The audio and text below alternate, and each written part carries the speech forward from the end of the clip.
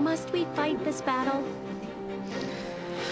Okay, welcome to the battle tutorial. Moving. The entire party can be moved by moving left analog stick. Position the party by moving the left analog stick. Come on, Rufus! We rock!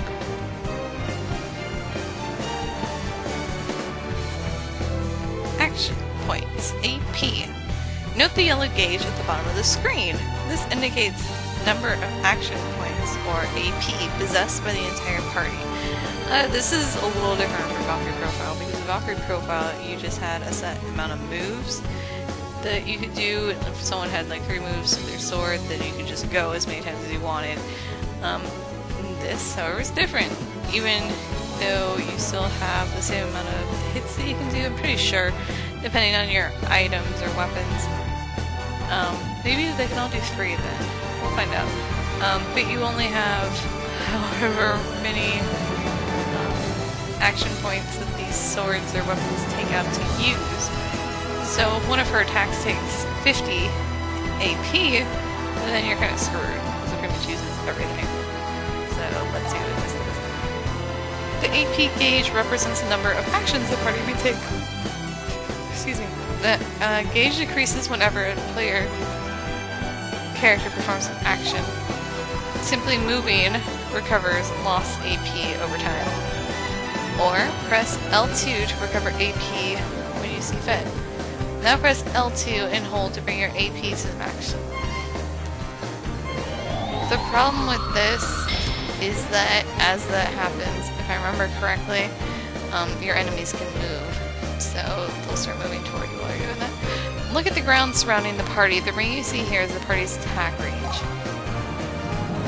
If the target enemy appears in this target, will appear over its head.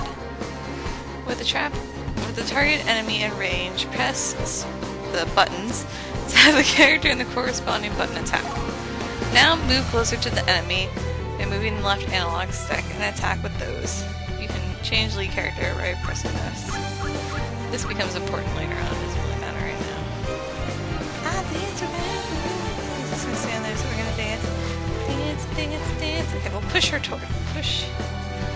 Push, push, push, push, push. Okay, we're close enough. Attack mode. When a character executes an attack, the screen shifts to side view like this. Characters can only perform as many attacks as their equipped weapons permit, so I was correct. The party's current equipped weapons are permitted to 2 attacks. Now coordinate your timing and press square and X to attack.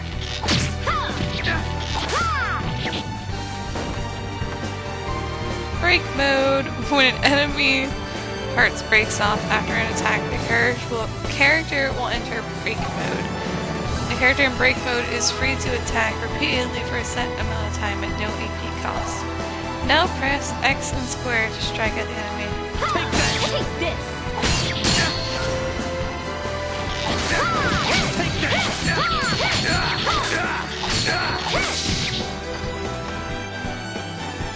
His face broke off. Enemy attacks. The red area on the ground by the enemy is the attack range. You may be attacked by the enemy if you step in this area. The range color will glow darker and eventually flash. The character who enters enemy attack range will be attacked. When the enemy range is faded as seen here, the enemy won't attack. This is how the range area appears when the enemy is ready to attack. Occasionally an enemy will fail to see a character in the attack range. In this situation, enemy range does not flash, as shown here. Dashing! I love dashing. Dashing is a special technique for quickly closing in on foes. The entire party will press R1. Length of time on the button held determines the dash distance. Characters who dash across an enemy's range cannot be attacked. Master dashing and you'll be invulnerable to attack. Now press R1 to try dashing. So we got closer. Note that you will be attacked if your dash ends within the enemy's attack range. Retreat! Look at the map in the upper right corner of the screen. The zones displayed with a yellow mark are escape points. You must reach these points in order to retreat from battle. Now, use the left analog stick and move the party to the escape point.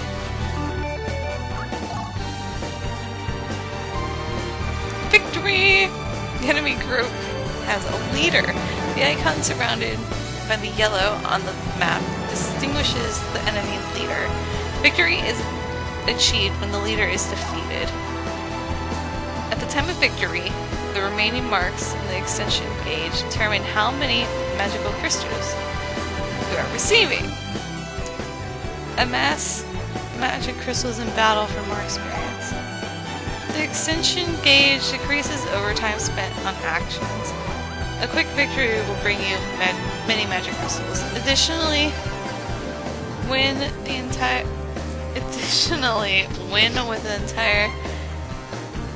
extensive gauge full and you will receive an item from the enemy leader. Remember to aim directly for the leader to end the battle quickly. During movement, press up or down to split your party into the red or blue team. Now divide the party. Now divide the party by using up or down. Try moving each group with the left analog stick. Switch between characters. Okay. I'm leaving you, bye! I hate you! Bye, I'm leaving you too! I'm gonna attack.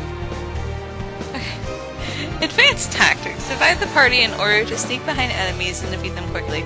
Combine with your standard moves for extra strategic edge. Use magic items by pressing select to call the menu. Note that after this action is selected from the menu cannot be used for a set time. This concludes this tutorial. This battle is now for real. Defeat the enemy using your newly learned skills. Good luck and Godspeed.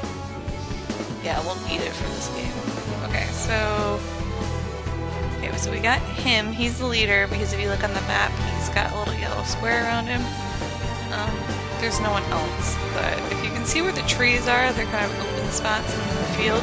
That's kind of what the other enemies look like, just little red boxes. They move around as you move. This guy's kind of dumb, apparently. Take this! Time for this!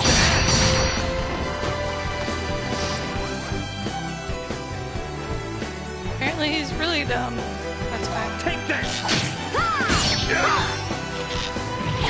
And you get direct assault when you kill the leader. Quickly. I want neither to harm nor be harmed. Yeah, you're special, aren't you?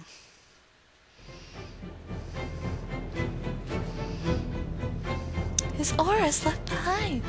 Maybe I can make a crystal with it. Huh. Looks like there's something left. The body that held the enemy's psychic energy.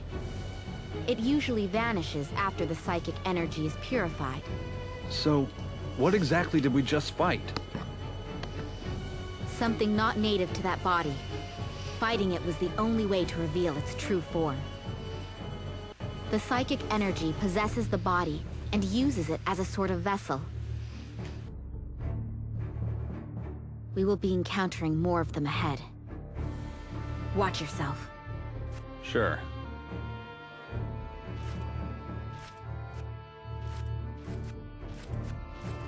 Alicia, you had better keep that in mind too.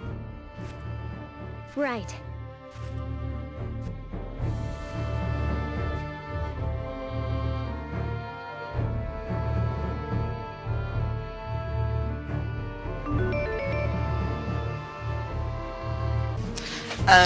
Okay.